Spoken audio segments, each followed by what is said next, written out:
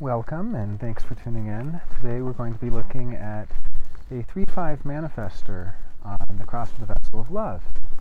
What's interesting is just a couple days ago we just did another 3-5 manifestor on the vessel of love. But they're so different. I mean, it really shows how profile and type and even incarnation cross are really generics.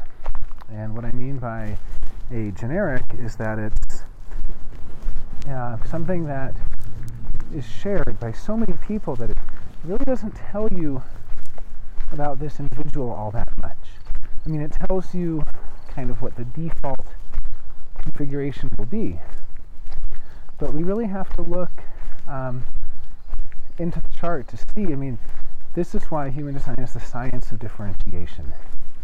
There is just so much differentiation that I could do 10 readings for 10 different 3-5 manifestors in the cross of the vessel of love, and they would all be really different. So in this case, we're looking at split definition. That's one of the big differences compared to the single definition reading we did a couple days ago. And we're also looking at a manifestor who is not emotionally defined. And that changes things big time. When you're emotionally defined, it changes the way you move through the world. I mean, you kind of, the unemotional people really have the ability to kind of turn on a dime in the world, even if they're not splenic. Like here, we don't see this splenic authority. This is actually ego authority, which is already interesting in and of itself, as it's so rare to find ego authority. But I guess what I'm saying is just that when you're an emotional being that's just half the world, you're already designed to move through the world in a slower way. You're really designed to wait out the emotional waves, to wait for things to come into focus.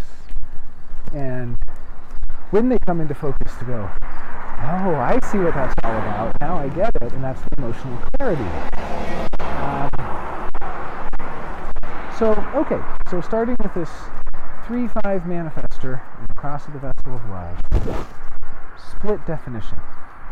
Well, we already know that we're dealing with a schizophrenic personality, like all splits. Now, I use that jokingly and also to destigmatize the term, but obviously I don't mean literally schizophrenic. I'm using it in the kind of etymological root of split. Simply split, that there's going to be two different personalities, if you will, or two different sides to this person. And these two sides, one of them is that ego manifestor, that strongly individual ego manifestor with only individual circuitry, that initiator, that Lewis and Clark explorer going where nobody's gone before. That's the gate 51 connected to gate 25, channel of initiation.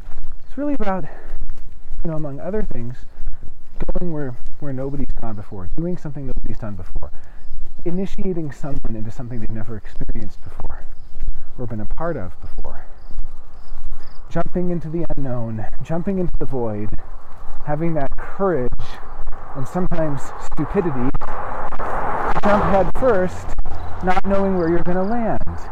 And then out of that gate 51 courage/stupidity, out of those guts, in other words, which is really the soldier, the gate of the soldier who jumps blindly into battle, not knowing if they'll live or die, out of that comes this, across this battlefield of the 5125, comes this potential for induction into a new spiritual order. First and foremost, a new spirituality within oneself. Gate 25, one of the gates of the spirit, along with gate 55. And gate 25 is, the shaman, the high priestess, the hierophant, who stands there representing the end of the tribe. It's the end of the line for the tribe. See, the ego is so tribal. And the tribal streams lead to the ego. Tribal circuitry leads to the ego. You look at the root. Out of the root of the spleen over to the ego. That's one tribal stream.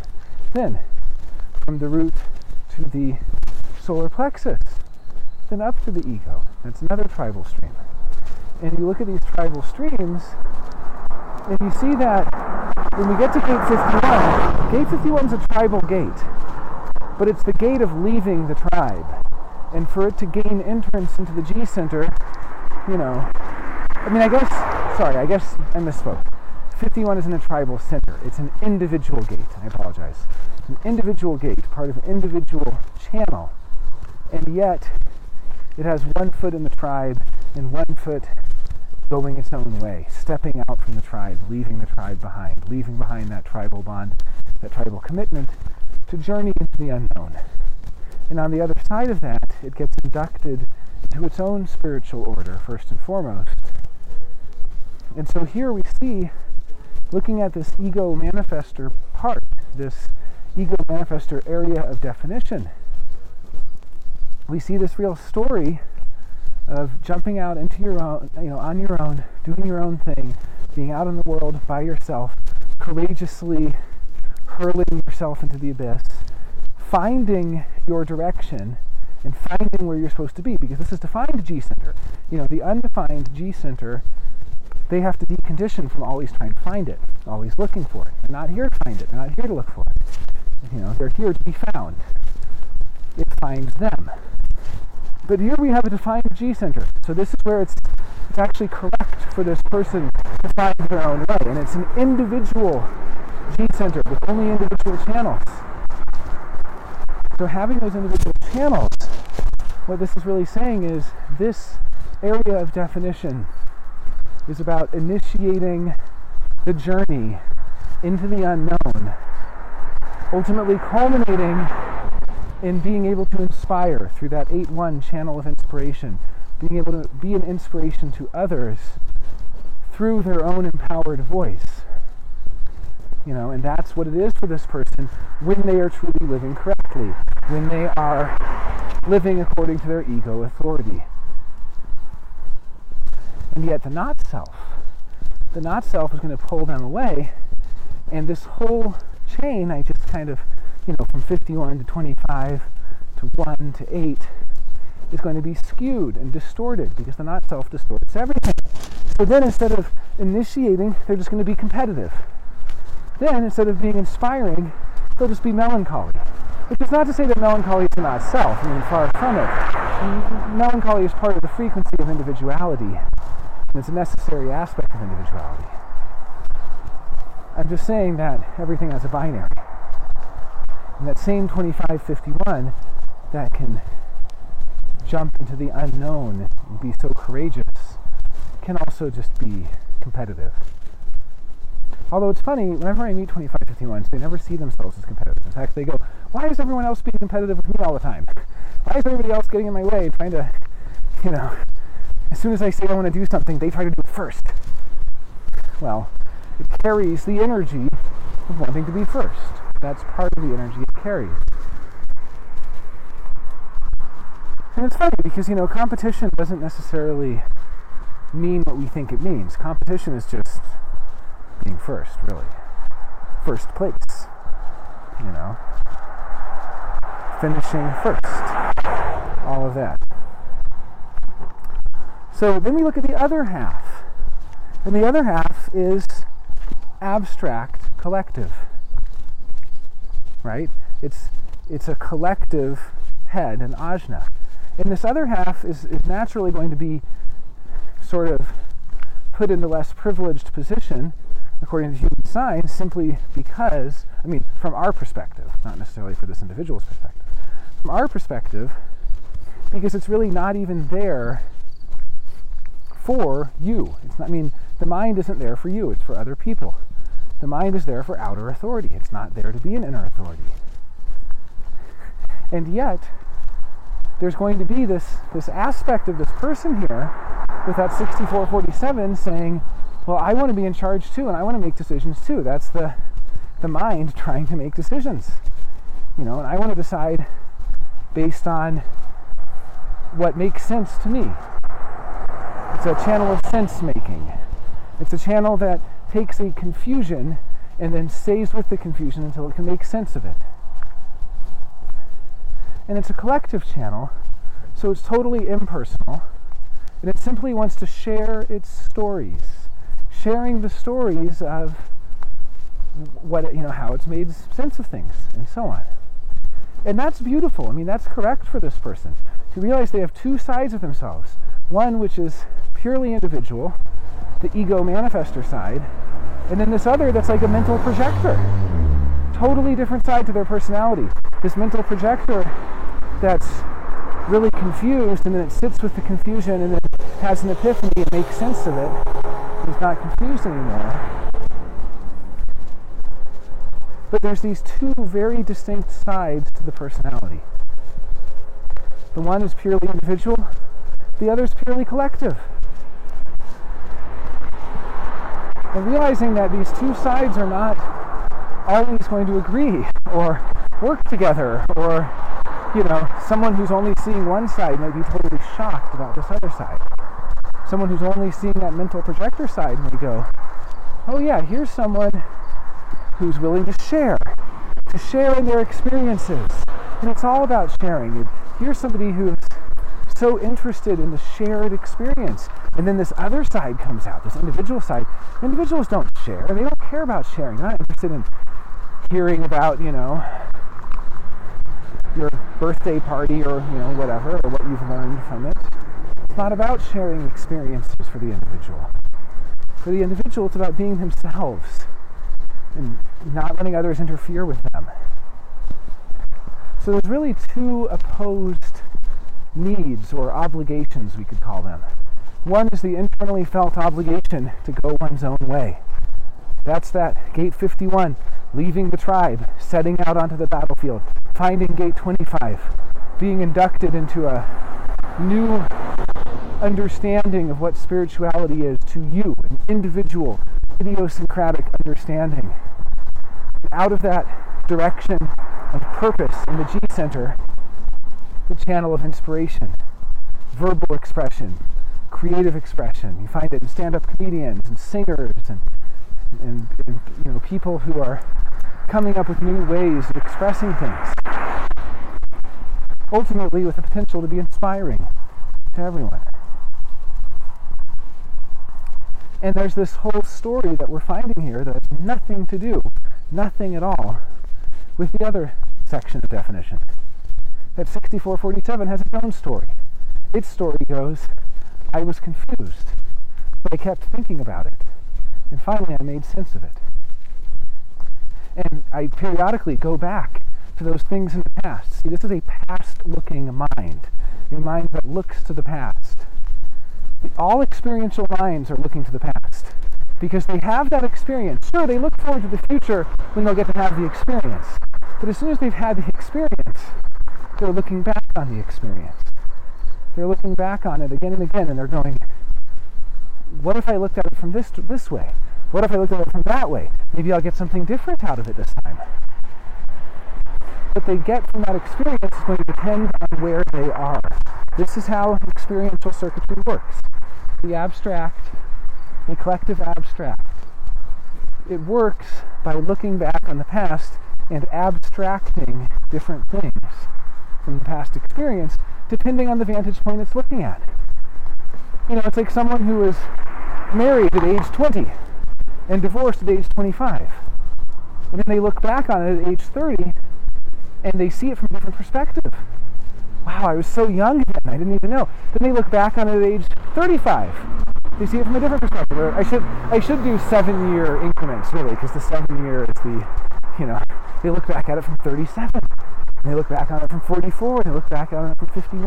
And each time, I'm making a joke because the 7-year cycle is such a prominent cycle for all of us that really it takes about 7 years to really change a perspective.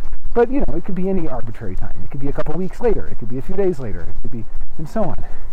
And every time they look back on it, it's different. And the past didn't change, but in some sense it did, In some sense, all we really have in the past is the memory of it. And the memory changed. So in some sense it actually did change. So again, even just the relationship to time, looking at the individual side of this person, for the individual there's only the present moment. The past does not exist. The future does not exist. There's only the now, which is why individuals can get so melancholic, because when you're stuck in the now, you don't really have anything to look forward to. You're not really basking in the afterglow of what happened in the past either. You're not really sucking the emotional juice out of your past experiences. You're just there in the moment. And so, again, the relationship to time. The individual side in the moment. And then this mind, this head and ajna that are looking back to the past, that are reflecting on the past. And as they reflect on the past, the story changes. You can never trust the experiential to say what happened. I mean, all you can really trust are the key points. That's what's funny about it. Just to use this opportunity to explain for a moment how experiential circuitry works. And this will be familiar, should be familiar to everyone. We've all had this experience, regardless whether we have experiential circuitry or not, that when you're looking back at the past and you're saying what happened, you can never really be sure. In fact, the areas where you cannot be sure are in the connective tissue, so to speak, of the story. You can be sure the story had a beginning, a middle, and an end.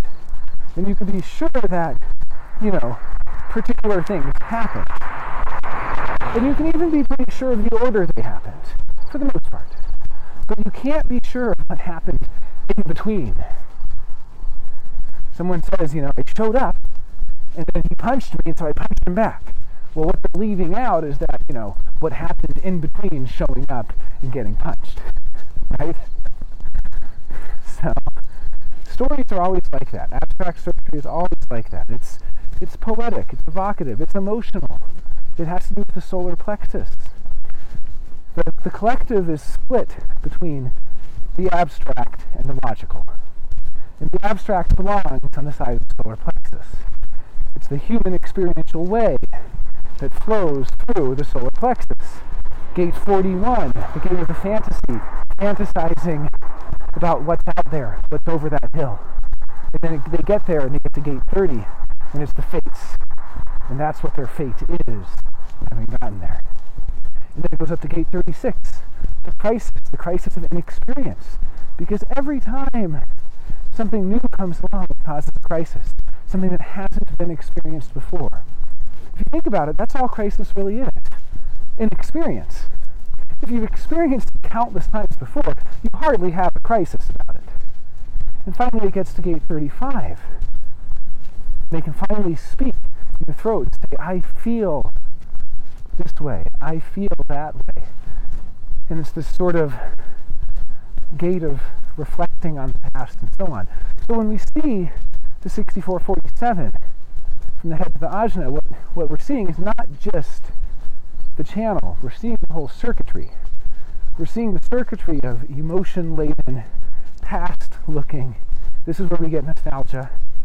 This is Marcel Proust, remembrance of things past, where he looks at a little cookie or whatever it is. I forget the exact type of pastry, and he remembers for 4,000 pages. That's the experiential circuitry.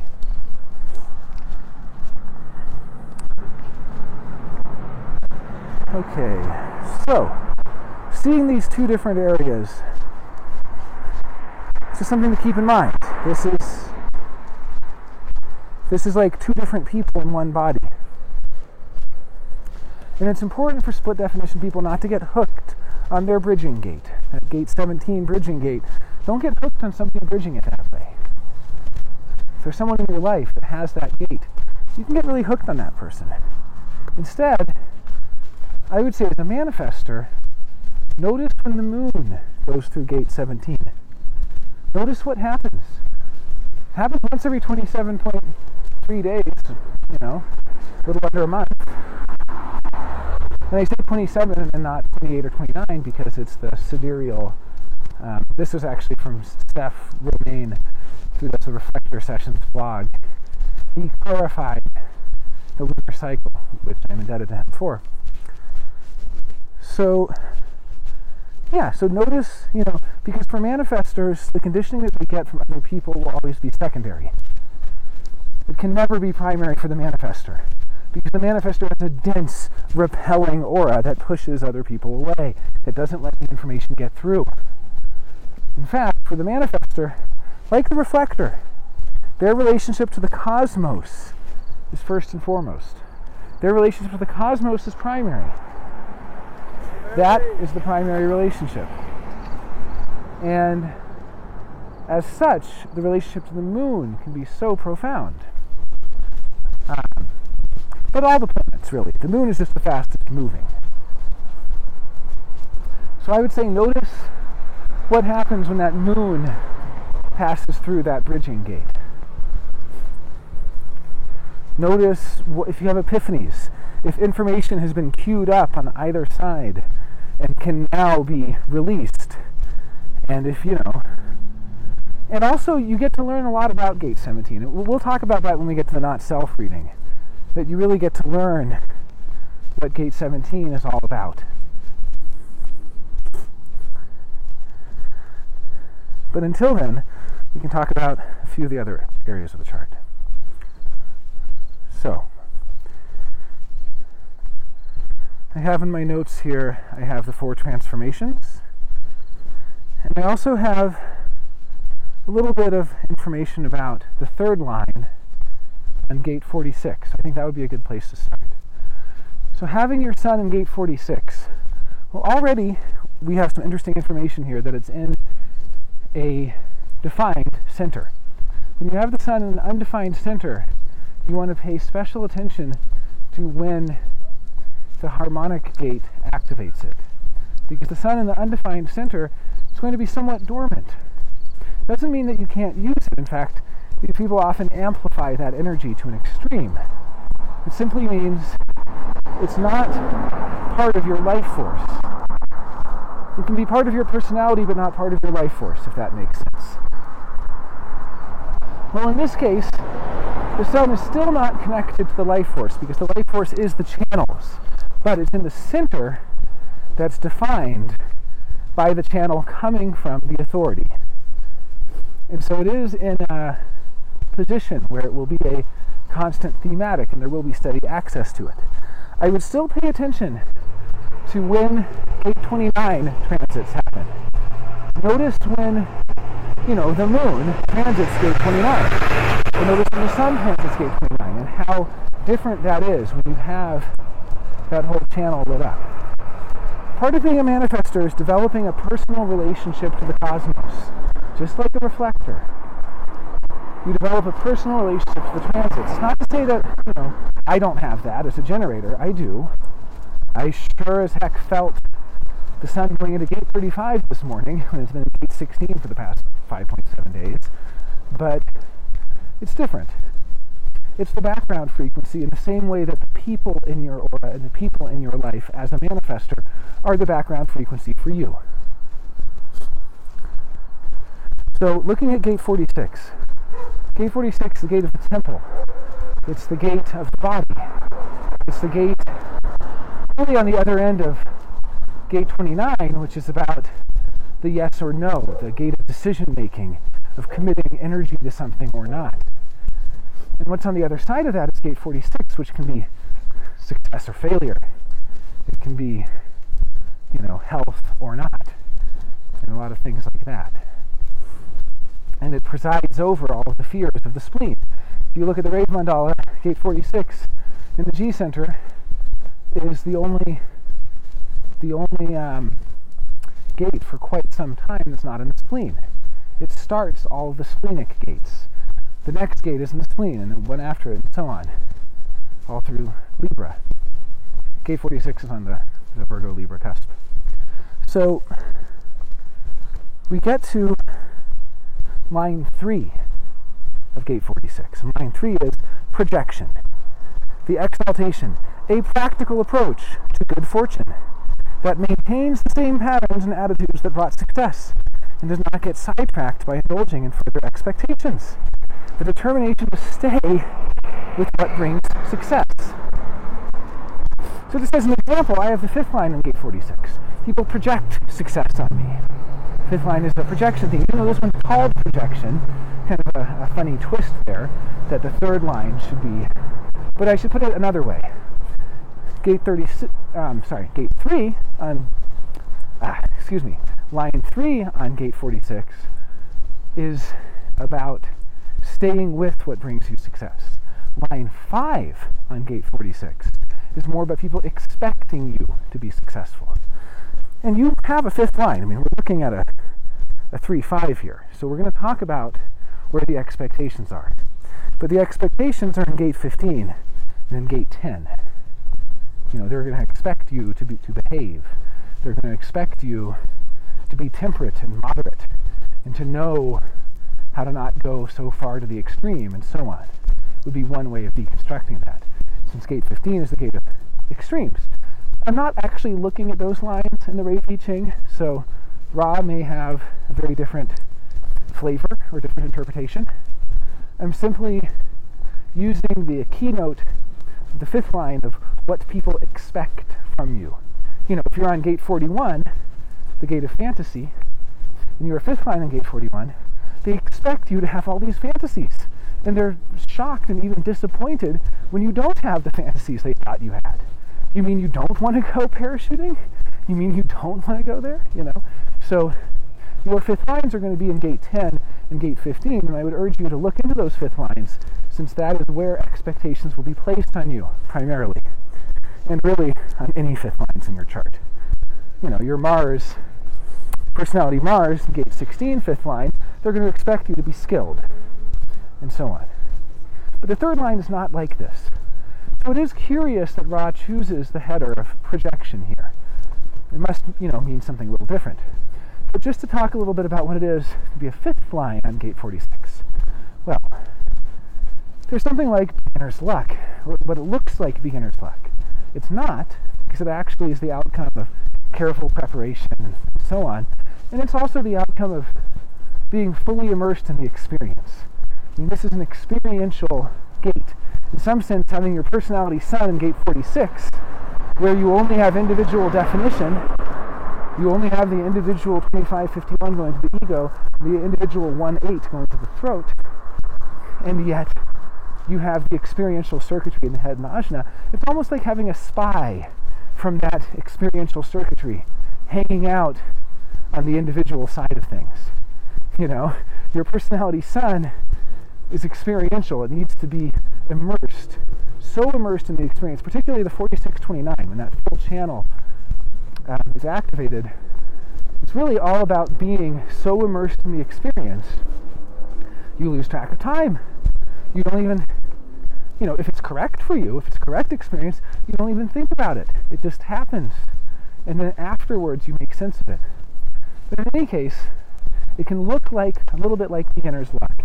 It can look like being in the right place at the right time and all this stuff.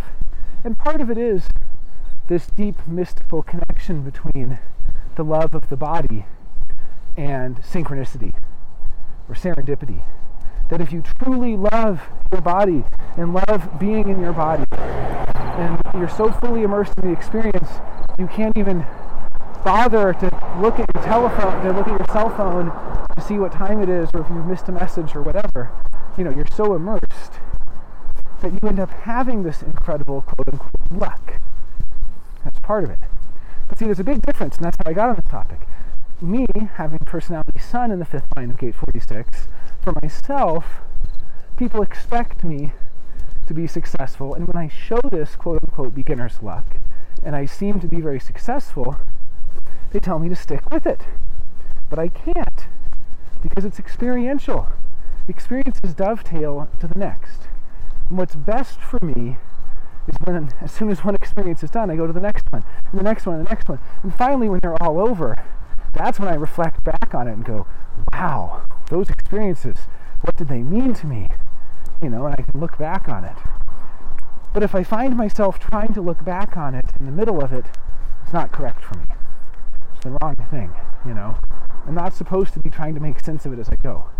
But in any case, for me, I can't stick with the experience. I can't, because ultimately it is kind of like a beginner's luck thing, in that the only way I was so successful was because I was true to that energetic flow. It's like being at one with the flow. When you're at one with the flow, it all works. And it's funny because we look at gate 20 and say, well, gate 20 is the gate of the experiential gate. It's an integration gate.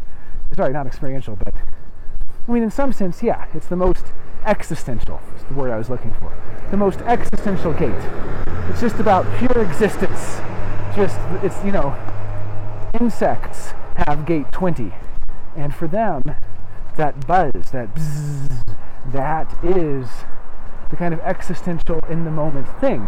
It's the moment repeating 1,000 times a second, but it's just the moment, nothing else. Well, in some sense, the channel 4629, of which gate 46 is a part, of course, is like that. Even more so. I mean, Ra calls it the most existential channel of all, of being so deeply immersed in the experience that everything else fades away but that experience. And you don't even try to make sense of it. You don't try to understand it. You don't think about it. You're just in it. Well, anyway, for me, having the fifth line there, there's a big difference here, right? Because the fifth line, people are going to, I buy a metal detector and I go to the beach. I think this was Ra's example from the Wei Wi Ching Line Companion. And I'm on the beach with my metal detector and I find gold. And I do it again. I find more gold. I do it again. I find even more. And people are going, wow, this is incredible. Keep doing it. Well, if I do, I'll never find it again, because for me, the fifth line is meant to kind of carry the expectation, but it's only really meant to sporadically leap into action. There's a crisis or there's something that happens and so on. So anyway, it's curious to me that the third line here is actually about what it is to stay with it, but it makes sense because the third line is trial and error. The third line is perseverance and keeping at it no matter how many times you fail. This is why the third line is associated with business. Third lines make great business people. Why? Because business is a lot of trial and error. It's a lot of failure. And the success of a business is because they just keep doing it. They don't give up, Same for science. Third lines make great scientists. They're skeptical, they're pessimistic, They test it all out, see what works and what doesn't. They experiment with it. It's fantastic. So to continue with this third line of gate 46, the exaltation, as I was saying, maintains the same patterns and attitudes that brought success. It does not get sidetracked by indulging in further expectations. It's the determination to stay with what makes them successful. I mean, this is, you have a hot dog stand or a fruit stand or something, let's say a fruit stand. And you find out that the bananas sell a lot, you're very successful selling bananas. And then someone comes along and they say, I'm a business consultant. I can double your revenue if you start selling kiwis. There's a huge demand for kiwis. And you go, nope, no kiwis, just gonna sell bananas. That's what this is. I jest, but maintaining the same pattern and attitude that brought success. This is the best. This is the 46 at its best. This is exaltation. Now, of course, best, worst, Ra really didn't like using these words. He regretted, the only thing he regretted in all of the naming he came up with was naming exaltations and detriments as he did, because, Ra was an individual integration person, and individual is all about being beyond comparison. There is no best or worst. There's only different. But I'm a collective person, so I'm going to say best. This is the best outcome, by collective standards. Now, the detriment, a tendency through projection to treat a potential future as the present, leading to unjustified egoism and the loss of momentum and support. The determination to treat a projected success as a reality. So, counting your chickens before they hatch. So those are the two sides of it. The one side is the sort of humility to just stick with something and to maintain the same attitude and the same expectations. The detriment, you don't keep the same attitude, you don't keep the same expectations. Suddenly, you get all egotistical about it and go, oh, well, we doubled our revenue this year. We can double it again next year. I'm going to buy that new car, And it's getting carried away with a future reality that might not actually be a reality after all. A projected future reality. So that's why he's calling it projection. That makes more sense to me now. Yeah, so it's really succeeding through persistence, through being practical, succeeding through maintaining patterns and attitudes, through determination. Third line is very determined. A lot of determination to put up with failure and keep going with it. Or to get success and not get carried away with projections of what the future might bring. To treat that as a reality. So I think I like to do a little bit of the tone color line. I don't usually do this, but I think it'll be interesting because I've written it in my notes. And once we do this, this will cover motivation, but because we're already talking about personality sun in gate 46, I think it's just appropriate. Just a little caveat. So when we talk about the design side, it's really about what helps you get in touch with your strategy and authority, which is your inner authority. So when you follow the correct dietary regimen, and when you're in the correct environment, these are the two of the four transformations on the design side, that's really for you.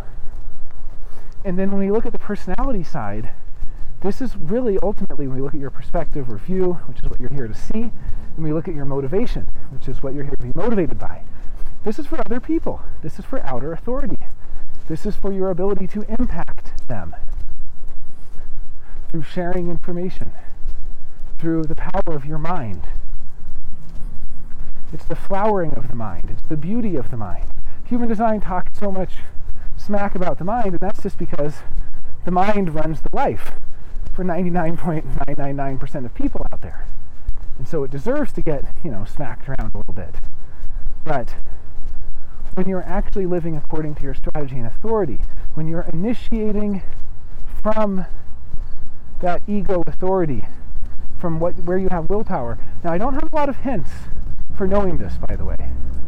When the ego is not directly connected to the throat, I'm always curious, is it going to be through that gate 8 in the throat? That's something to look at. To look at gate 8 and to look at the creative verbalization. But at the same time, that's a step removed from the ego. The ego is what's powering the G center in some sense, but it's still a step removed. So, I don't have a lot of advice for getting in touch with your ego other than to start noticing when you have the willpower or not.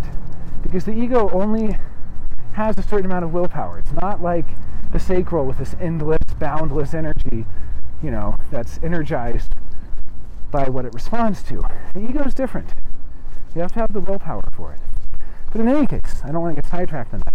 Simply to say, when we go into the four transformations in a moment, when I'm talking about your dietary regimen and your environment, those are really about helping you access your ego and even accessing your G center and knowing what direction is correct for you and knowing what you have energy for.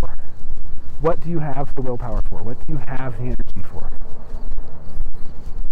But here I want to talk about the tone color line of your personality, Sun, Earth. And this is more about how you impact other people through your motivation. So, for the personality, Sun, Earth, in gate 46, line 3, the tone color line chain is 533, meaning fifth tone, judgment, third color, desire, and then the third line, the martyr, of gate 46. So what this means is that you are a right variable desire person. You have a receptive right variable, at least 70% of your mind is, because you have left variable nodes, which means on the personality side, left variable nodes is that you're going to be very active, strategic, left-oriented in what you're here to notice, scanning for patterns and so on. But your motivation, which is ultimately the kind of crown jewel of your outer authority, is receptive. It's here to be receptive. And you may have found that the right variable third color is called the follower. Well, people always misunderstand this because there's a lot of misunderstanding about right variable. People don't really get the right variable. And there's so much misunderstanding what follower means. They read this and they go, oh, I'm supposed to follow somebody? I'm not a leader, I'm a follower? No. Don't see this from the left side, from left variable. You have to see it. It's not about following a leader. As Ra puts it, it's following the river. It's following the flow of life and taking in everything. Following to see what happens without an agenda. So it's very different from the normal stuff we think about desire. You know, desire is about locking in to things. Locking into them and not abandoning them and not giving up on them. Like you can think about Ra. He was desire. He was so locked in to strategy and authority. I mean, he was unswerving. That's what desire is, right? It's locking into something. And yet, the right variable, which is here to be receptive. How do you lock in and be receptive at the same time? You know, how do you have an agenda or a goal, which an outcome that you're aimed at with desire, and yet you can't have an agenda or a goal or a sense of purpose even, because purpose is a left variable concept. Well, this might sound like wordplay. What it really comes down to is that all of these words have different meanings for the right variable. Sure, right variable has a sense of purpose, but it's nothing at all like what we mean by purpose in the left variable world. Now, talking about all the differences in left and right variable is out of the scope of this reading. So I'm just going to leave you with a breadcrumb to investigate some of these differences. But the thing that we can talk about is simply the tonal underpinning which you have access to when you are in your desire. See, color transfers, and desire transfers to innocence. And any time someone says to you, why bother? Do you really need to be involved? Shouldn't you just stay out of it? They're pulling you into innocence.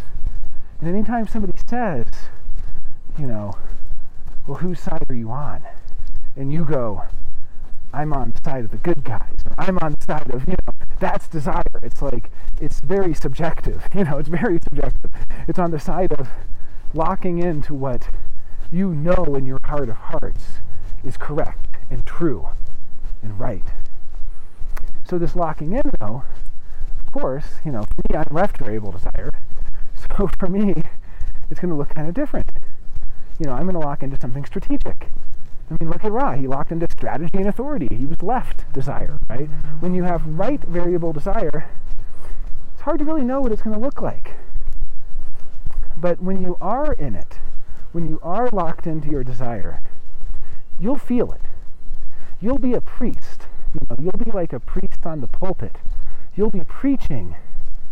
You'll be so locked into it, whatever it is, you'll be involved. You're not just going to check out and be innocent and say, that doesn't concern me. Don't involve me. I'm not taking sides here. I'm staying out of it. That's all the innocence game. You're not here for that. The innocence game, I'm just an observer. There are no observers, Not for a desire person. There are no spectators, like they say for Burning Man. You're in it. So don't forget that. As a desire person, you're in it. When you are in it, you're able to access your fifth tone judgment. Now, what is the fifth tone about? Well, again, anytime you see a word referring to something about right variable, realize that the normal meaning of the word doesn't apply. The normal meaning of the word is the left variable version of it. So normally, you think about judgment as something you make a judgment. Well, for the right variable, your fifth tone judgment, the judgment just happens. The judgment just occurs. You don't make it. You just transmit it. And the judgment emerges from the distillation or the essence of an experience. So you experience something, and with that right variable personality, sun, earth, you're so, immersed in it, and, gate 46, meant to be kind of immersed in the experience and so on. And you can see how this kind of chains together.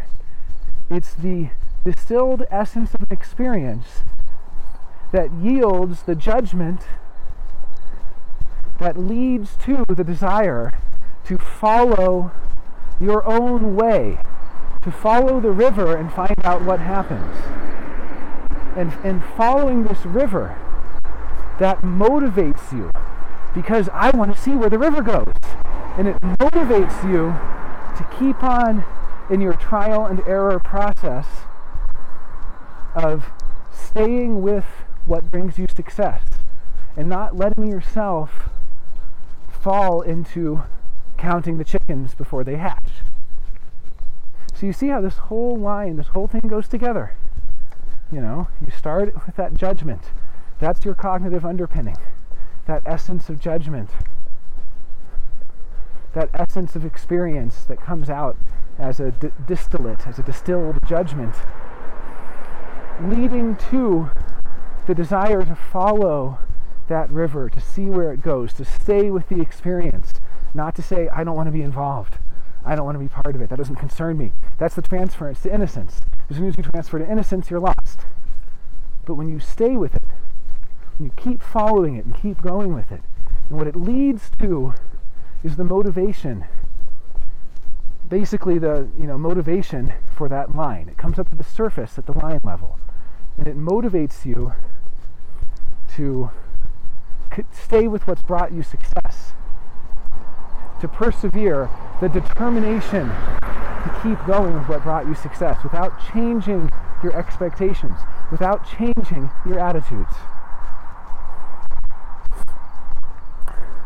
Now to go over the other 4 transformations, or the other 3 really, because that's the 4th. I'm kind of doing this backwards. I usually start in the customary way on the design side, and I finish on motivation. I'm doing it backwards now. But in any case, I'll start back over on the design side. Your determination is nervous.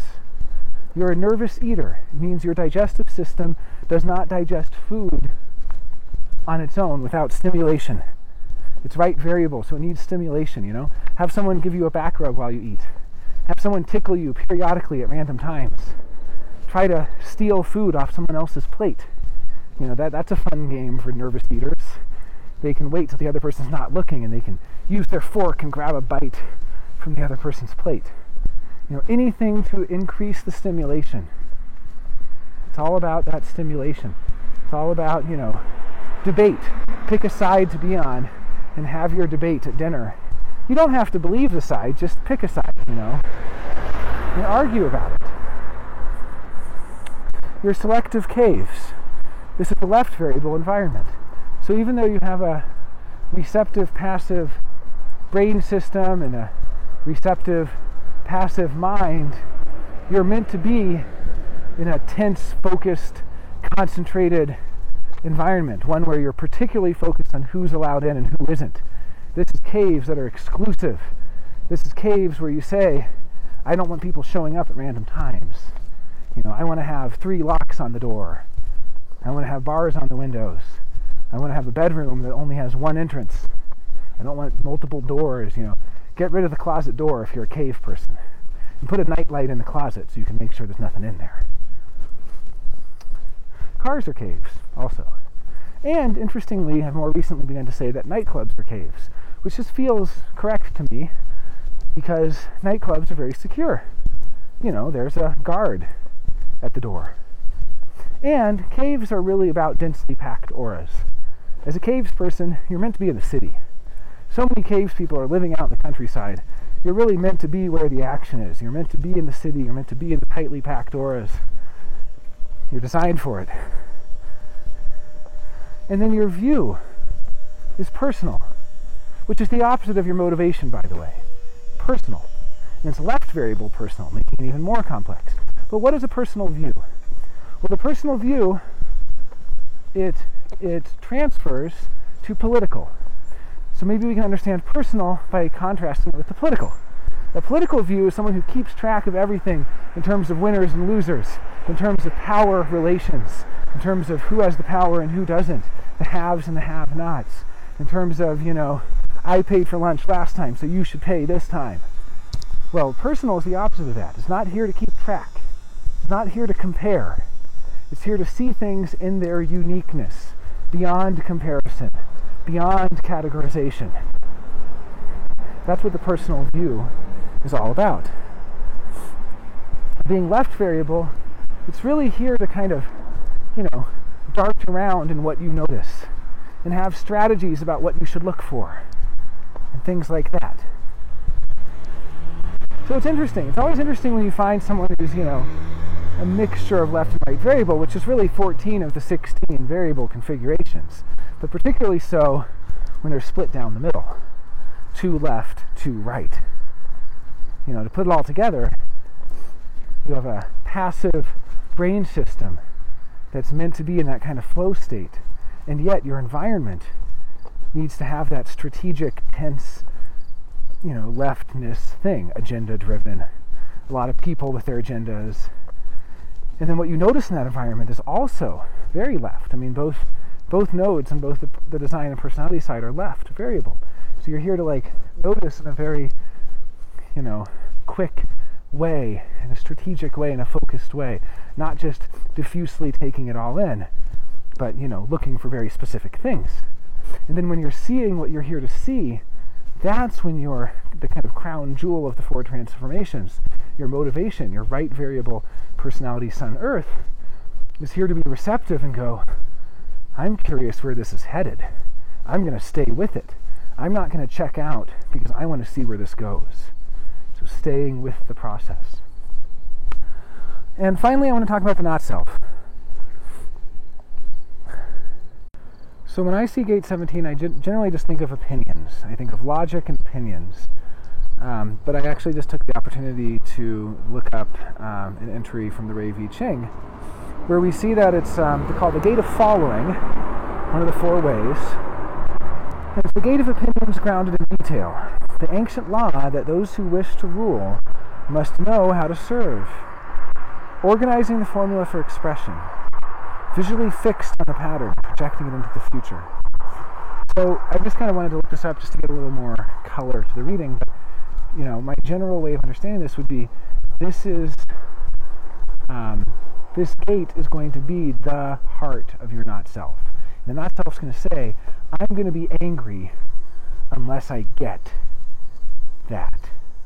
I'm going to be angry unless I get the opinions. I'm going to be angry unless I have the opinions. I guess with a single gate bridging, it's probably more like having. Or for a simple split, for a close split. For the wide split or the broad split, it might be more about having it. But in any case, I think it's going to be more about being it. So I have to be it. It could go either way. You can play with these formulas. But I have to be it. I have to have the opinions. I have to be logical. I have to... If I'm going to rule, I have to know how to serve. And the way I serve is going to be by organizing the formulas. I have to organize the formula. All this pressure on yourself. I'm going to figure it out. I'm going to organize the formula. And I'm visually fixed on the pattern and projecting it into the future. So really, the not self here, again, is saying, I have to know what's going to happen in the future by fixing on the pattern. And by applying this pattern to the future, I'm going to know what's going to happen. And you see how this kind of has a continuity, interestingly, with what we were talking about with, not counting the chickens before they hatch. This is very much the not self here is going to be saying, it's up to me to know what's going to happen in the future. I have to project the pattern into the future. I have to be logical. I have to have opinions and all this stuff. And you don't. So the deconditioning is going to be realizing that that's not you. That's not correct for you. You don't need all that stuff. You don't need all those details. You don't need all those opinions. You don't have to have an opinion about everything. You don't have to have the patterns. You don't have to try to fix the formulas. You don't have to try to, organize them and so on. And then what happens is when you're able to decondition from this, you're going to have access to a deep wisdom about the value of gate 17 for relationships, because every split definition person ultimately can gain some wisdom about relating to the other through the bridges, the bridging gates or channels, as the case may be, or centers. And so in your case, it's going to be really that once you're making decisions from your ego, once you're able to really get in touch with what you have the energy for, what you don't, right? What you have the willpower or not. And not just willpower. I don't want to reduce ego energy to just willpower. It's really just energy. It's the energy that you have or not.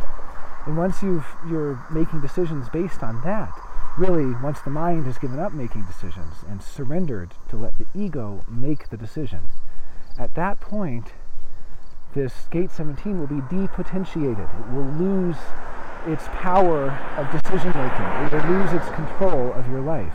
And until then, every decision in your entire life will be dominated by this. It will be, well, I'm going to be angry if I don't come up with the pattern. I'm going to be angry if I'm not logical. I'm so mad at myself for not being logical. I'm going to be angry if my prediction about the future is wrong. I'm going to be angry if I don't come up with better and better predictions for what's going to happen. I'm going to be angry if I don't have opinions about what we should do in this situation, right? Because I need to have these opinions that are of service to others. I need to have these opinions grounded in detail. I need to get all the details so I can formulate the educated opinion, so I can make educated guesses and predictions about what's going to happen. This is not you. Nothing to do with you at all. And the sooner that you stop making decisions from that gate of opinions, the sooner you're able to then witness through that gate of opinions and gain the wisdom of how that can actually help relationships. Like, no, I don't have to embody all this logic. I don't have to make all these predictions. But guess what? It can be really healthy for a relationship to know where it's headed. It can be healthy for a relationship to have a strong foundation in the details so that together they can form opinions about what's the correct course of action, so that together they can organize the formulas about the future. That can be helpful. Now there's more to the not self, of course. There's the whole secondary theme of the centers, where we're looking at the undefined solar plexus, always hiding who you really are, what you really want, what you really think, what you really feel, afraid of confronting people, afraid of hurting their feelings, afraid of disappointing them, and then the undefined spleen holding on tightly and not wanting to let go of them. You know, this is that, whenever I see the undefined solar plexus with the undefined spleen, it's, I'm not going to let go of you, but I'm going to keep you at arm's length. You know, you can't go away, but you also can't get too close. And so these are going to be secondary themes. And of course, like all manifestors, the undefined sacral, which combined with the undefined root here is going to be not knowing when enough is enough and being in a big hurry about it too, you know. So these are going to be secondary themes. I don't want to dismiss the centers. But really the name of the game for the not self is that gate 17. And that's what you're going to want to really look at. And ultimately, that is what's going to bring you peace, is the peace that comes from being at peace with having that split, being at peace with not embodying that, being at peace with not getting it. You know, it's like somebody who has gate 59 as their bridging gate, and they're going to be a generator, because they have to be automatically a generator or a manifesting generator. They're going to think that the only thing that will take away their frustration is the orgasm. Because gate 59, gate of dispersion, it's about intimacy, it's about orgasm, and so on. And they're going to think that they need to get that orgasm in order to, you know, finally find satisfaction. And yet it never satisfies them. It never satisfies them. And they spend their whole lives chasing that orgasm.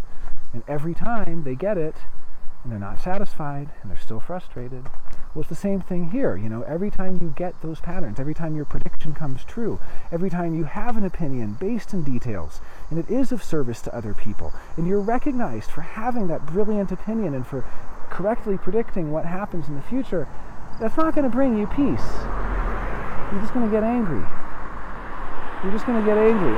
And what the peace really is, the peace that comes from living your design, from doing what your ego has power to do, from living out your life force energies, you know, from living out your channel of initiation, your channel of inspiration, you know, for living out this making sense of things from the 64 to the 47, and so on. and living out your personality son in gate 46. As I've said, the success that comes with the determination to not change your expectations, to not change your attitudes, to stick with what works, not let yourself get carried away in projections of the future and so on. That is what brings you peace. And then you come to peace with the fact that you're never going to have gate 17. You're never going to be gate 17. You don't need gate 17. Every split definition person feels like something's missing from their life. Nothing's missing from your life. You're designed just as you are. And the more you deepen into the human design experiment, you can look for that signpost of peace along the way. Coming to peace with your design. Coming to peace with what it is to be in form.